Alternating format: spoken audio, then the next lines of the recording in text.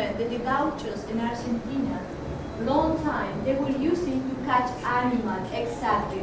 Was a long strap with two rocks on the end. So this action, circular action in the air, and then they would throw it to the legs of the animal.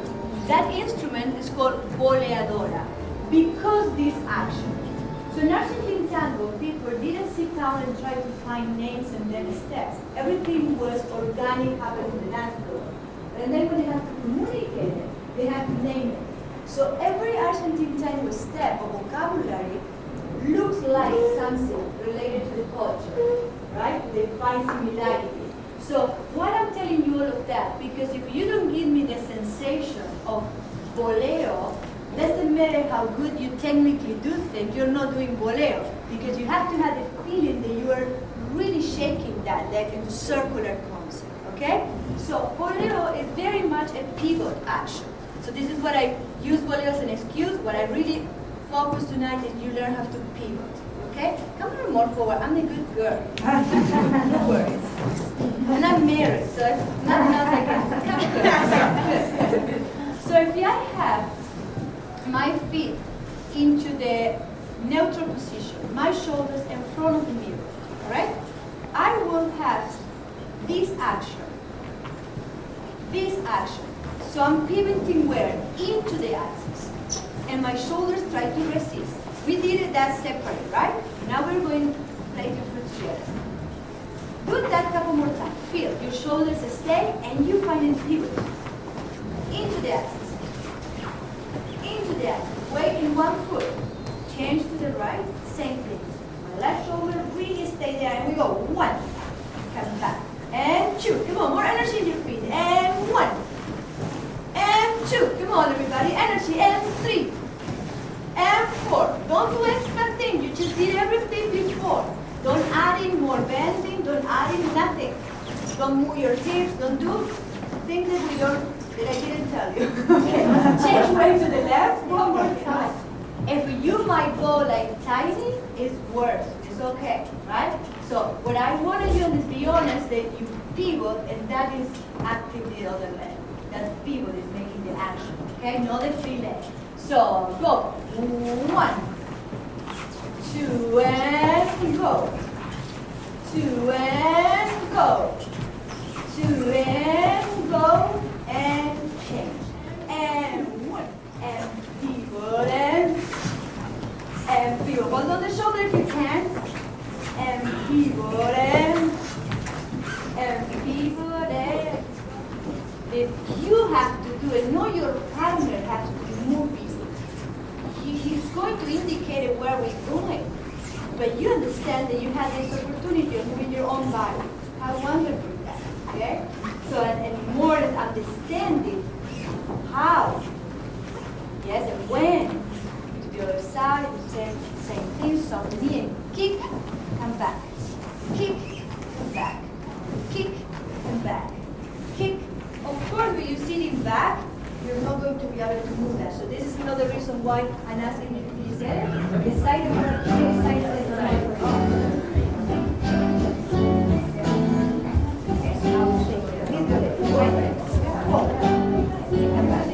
And again, go with the shoulder. Go. Cross and front. This is the same thing you should do here. So it's important to have some elements to help us. If I'm going with the same energy there and the same energy here, she's respecting that, only cross and front. But what I'm looking for is to have more emphasis there. Emphasize. Then I'm waiting there, and then come back. So I whip, whip, whip. Yes. yes, okay? So you have to have this. It's action, reaction, it's action, reaction. Change now, we're going to do back boleo. Same idea. You're not going to necessarily switch way to create the boleo. You're going to understand the mechanics first. So parallel, weight each track. I will send her like a back ocho. Any rotation that the leader does, any rotation that he does in this position, the follower should be having already one knee behind of the other.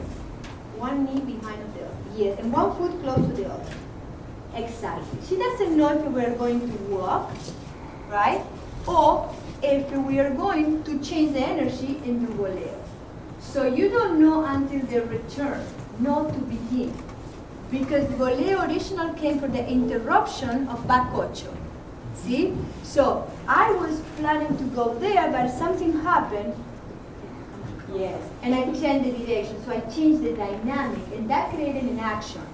See? So if you go right away with this, it's not going to happen. So you're going to soft and cut it. Soft and cut it. Now you know there is a mechanics, one knee behind, and it's a circle in the air. So between my information and timing and you mechanics and technique, we should be able to do boleo. So, more or less, we are going to be parallel, feel the she's in the right place, and cut it. Sometimes little things work for the leader. If you go in this direction, and before you cut it, you bring her a little bit more into the axis, you create a way better momentum. So, versus to go from here and try to cut it, it's not so much space. You're going to bring her slightly, let me do my work. So try to bring it, yeah, there you go. And now I will go here and a little bit more. That was real. And yes. You know, when it's real, it feels so much better than when you fake it. What if you don't kick each other? This is what the timing is important. If you're asking her to go in front, and I don't let her finish and I bring her sooner, she's going to kick me. So it's important, leader, that you created the time for her leg to go from up to down and then coming together. When you go in there, see that I have a couple right next to me, and I was planning the boleo. I cannot do it because I will kick, so I use the same energy to bring her back, and nothing happened. And then I try the next one of walking and find the space, see? So it's very important to have all these elements clear.